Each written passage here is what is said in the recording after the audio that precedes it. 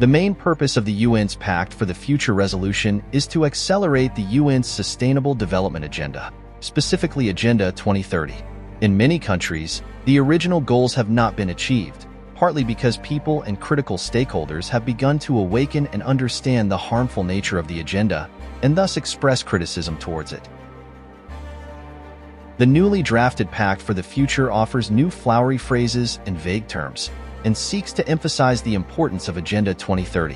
The Pact includes a plan for the future to accelerate sustainable development and Agenda 2030.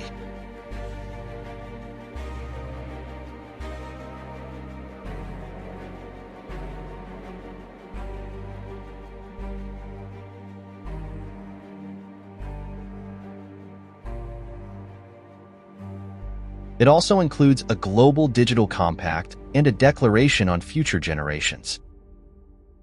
For the future, the global digital compact and the declaration on future generations open pathways to new possibilities and opportunities.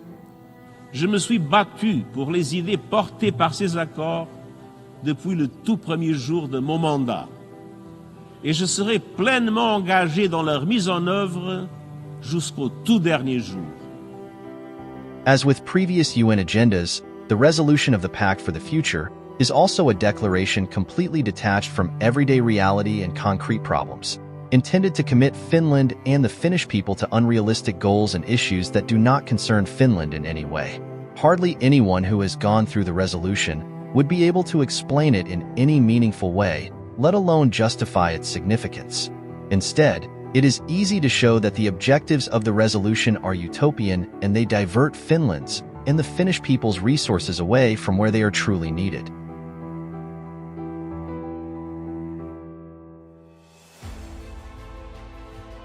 The resolution of the Pact for the Future repeats the same issues that the UN's Agenda 2030 includes. It has been linked to 56 points, addressing, among other things, the following questions: eradicating poverty worldwide, accelerating the Sustainable Development Agenda, emphasizing climate change and its impacts, highlighting the significance of international legislation, global human rights, and combating racism, engaging all participants, emphasizing Africa.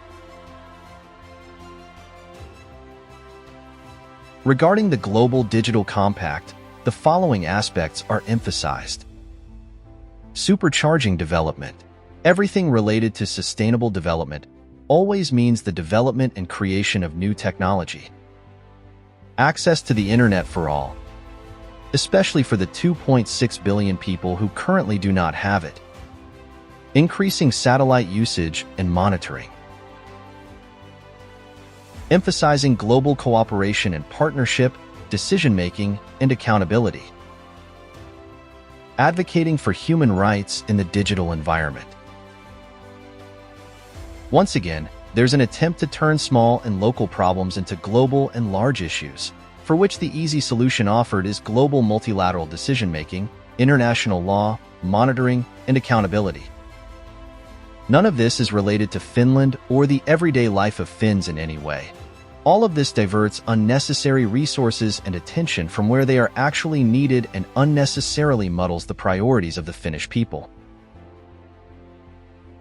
The goal of the Declaration on Future Generations is to obligate states to understand the importance of international law, human rights, and the significance of the matters contained in Agenda 2030. In reality, the aim is to force-feed Finland and the Finnish people the notion of the virtue of globalism, as well as the necessity of global decision-making and international legislation. This, in turn, blurs the boundaries of nation-states and the right to self-determination. Attention is once again being directed more strongly towards developing countries, which are not in any way Finland's problem or responsibility otherwise. In the UN's Pact for the Future, the aim is to commit nation-states to transferring even more decision-making to a single global governance, increasing international legislative power, and allocating money and resources to a false green transition in developing countries. It seeks to further increase digitalization and surveillance, as well as to develop other activities detrimental to citizens and nation-states even further. It's important that citizens understand the true nature of these multinational actors, like the UN, and compel politicians, officials, and legislators to justify their intentions regarding the UN and to disengage Finland from promoting the activities mentioned above. In other words, from the UN's perspective, there's a risk that power is becoming dispersed. This too seeks a one-world government-style solution where power is centralized in a multinational entity, as it already is in the case of the EU.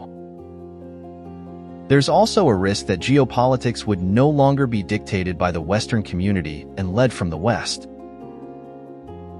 According to traditional geopolitics, Finland has positioned itself between the East and the West as an independent and neutral nation-state. Over the last few decades, there has been a systematic effort to change this positioning, and it has indeed succeeded.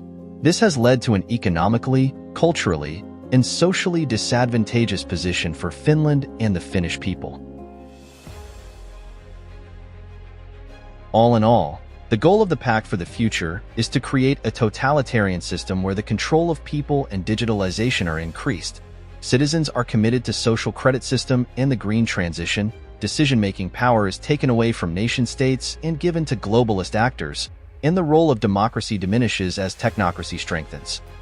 Unipolarity strengthens further, and the Western value community dictates the world order. Decisions are made by faceless officials and experts who operate outside of Finland's and the Finnish voters' control. The role of the UN and international legislation is further reinforced. It is justified and reasonable for Finland to abandon all goals and resolutions related to the UN's Pact for the Future and Agenda 2030.